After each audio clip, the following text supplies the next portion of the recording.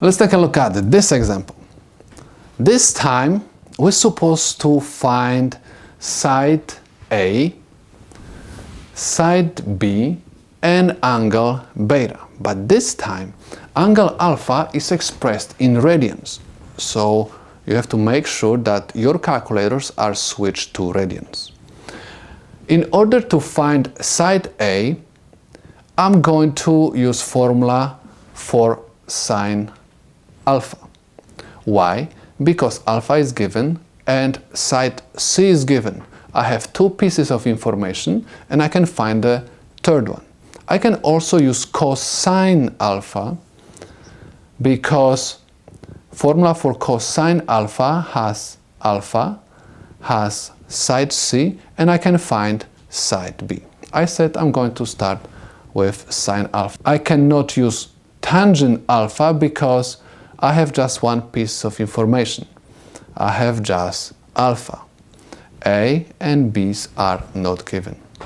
So sine alpha is equal A over C. In order to find A, I'm supposed to multiply both sides equation by the denominator of my fraction.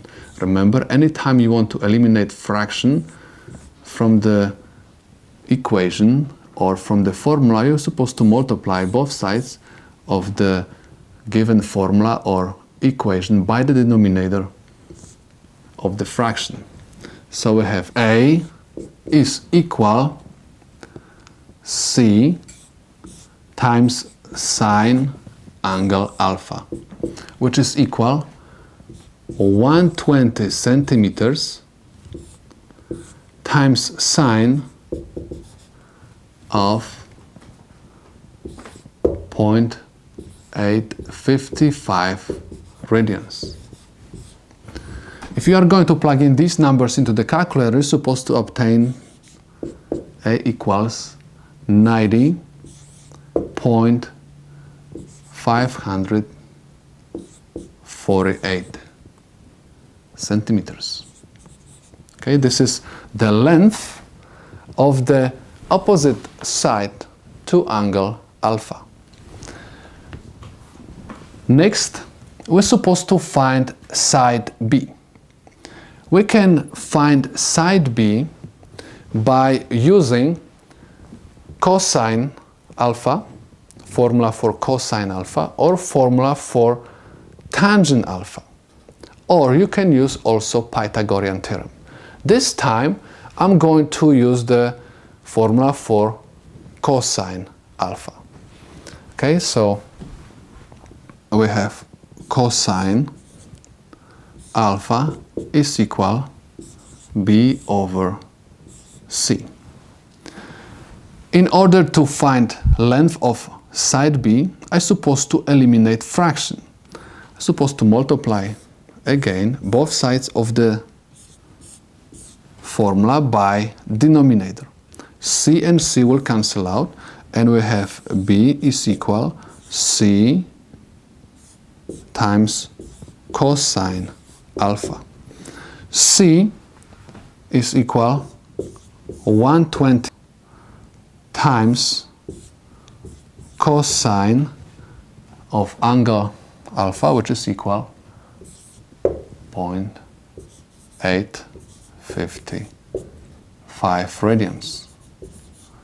This is equal 78.746 and we have centimeters. This is the length of side B.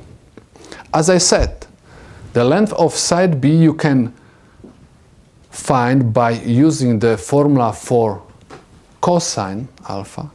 You can use also tangent alpha. Why? Because we found the length of side A. We have angle alpha, so you can find side B. Or we can use Pythagorean theorem. I just want to show you different ways to find the sides of the triangle. In order to find angle beta, you're supposed to subtract from angle pi over 2 angle alpha. Someone is going to ask why I supposed to use pi over 2. Remember, the sum of angle alpha and beta is equal 90 degrees. But this time we are not working with degrees, we are working with radians. That's why I have to convert 90 degrees to radians. 90 degrees in radians is pi over 2. That's why I'm going to have pi over 2 minus my alpha, which is equal 0.855 radians, of course. And this is equal 0.715.